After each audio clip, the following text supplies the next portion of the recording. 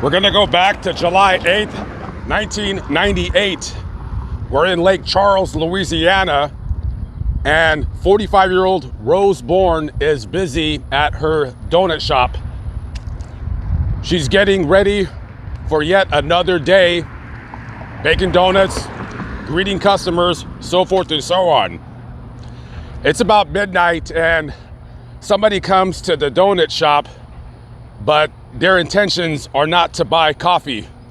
Their intentions are to take from Rose what doesn't belong to them. She puts up a fight. This man pulls out a butcher knife and stabs this woman 30 times. Desperately, she tried to stave off her attacker, but it was of no use. He leaves and he takes what he came there to take, her 1993 Toyota 4Runner. About 3:30 a.m., somebody coming into the shop finds her dead in a pool of blood. This is the donut shop where the crime occurred. Now it's a different business.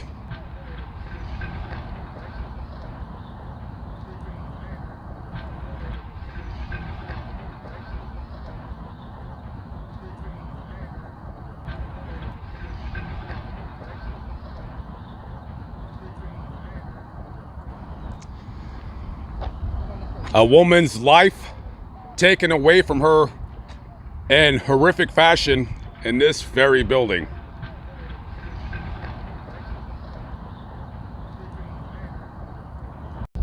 About 4 miles away or so from the murder location, in this neighborhood right here, police would soon find Rose's 4Runner. It was parked over on Anita Drive, and me driving around this neighborhood, I would say this would probably be, I guess they would call it the bad part of Lake Charles.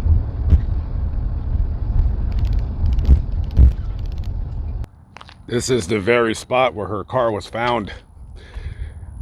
So police are probably thinking whoever committed this crime, they left the car here. They probably live somewhere in this neighborhood.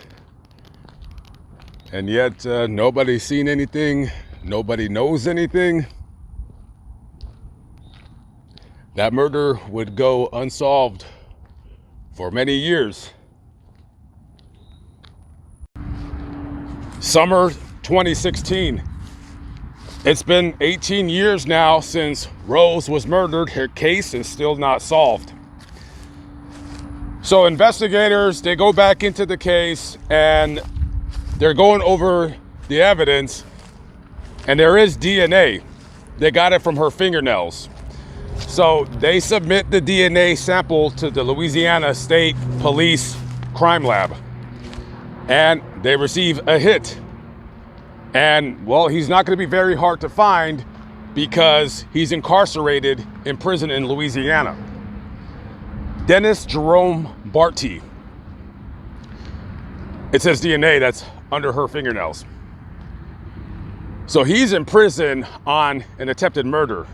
Back on December 27th of 2006, he tries to kill his ex-girlfriend, stabs her a bunch of times.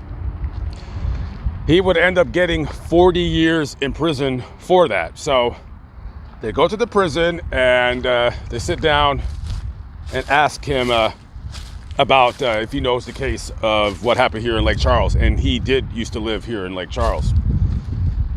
So of course he denies it, just like any person would. And the investigators, they come at him with some, I guess you would call it scare tactics. So as he's continuously denying it, they tell him, they say, hey, listen, you know, you can get the death penalty for this.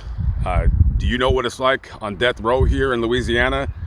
Those cells are hot, humid. They don't have any air conditioning in those cells. It's going to be a very, very miserable rest of your life existence in that hot, humid cell, cramped conditions. You don't get access to a phone the way normal inmates do. Commissary, you can't order the same things on commissary that you're ordering right now on prison. No TV in your cell, no nothing. It's gonna be tough.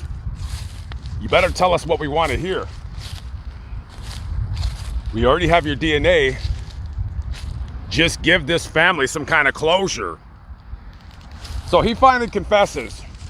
He says, okay, I was high, I was on drugs, blah, blah, blah. At the time, by the way, he's 17 years of age. So they say, why'd you kill her? If it was a robbery, she had money in the register, she would have gave it to you. He wasn't after the money. He was after her car. You see, he needed a ride home. That's what he tells the detectives. Oh, I didn't want to walk home. It was too far for me to walk, so I took their car. I took her car, she fought me, and so I stabbed her. Now, this case, you have a confession from this guy. Now, this case is still not resolved yet because of a couple legal technicalities. Basically, went over like the legalese of it, and I'll just say this. The prosecutor in the case, prosecutors having certain access to the defendant's financial records, something along those lines. They weren't supposed to have access to those. The defense brought up the unusual fact of how during the, not the trial, but during the case, how it seemed like the judge was siding with the prosecutor's side on a lot of rulings. And you also have something with the defense wanting their own DNA expert because blah, blah, blah. And they're also saying that, I guess that his confession was coerced and just a bunch of nonsense. So as of right now, he's still in prison, but he has not been convicted of this crime yet. And his defense attorneys are just playing, from what I can see, they're just playing games. That's all they're doing.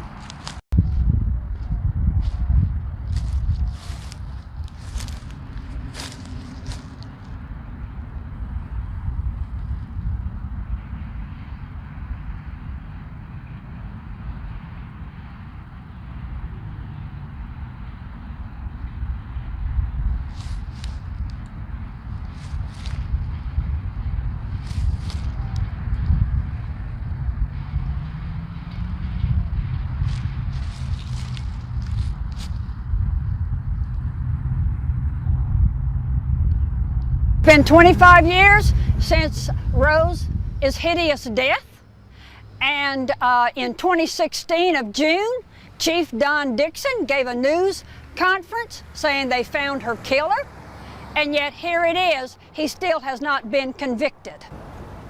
We've given up on Calcasieu Parish justice system. We've given up. We know Rose is in heaven. Justice will be served one day, and that's it. And if and when something comes up, okay. Rose was building a beautiful home. She was almost through with it. She had no mortgages, no loans on it. She saved and saved for cash. And all she had left was the floors to put in. She never got to really see it finished.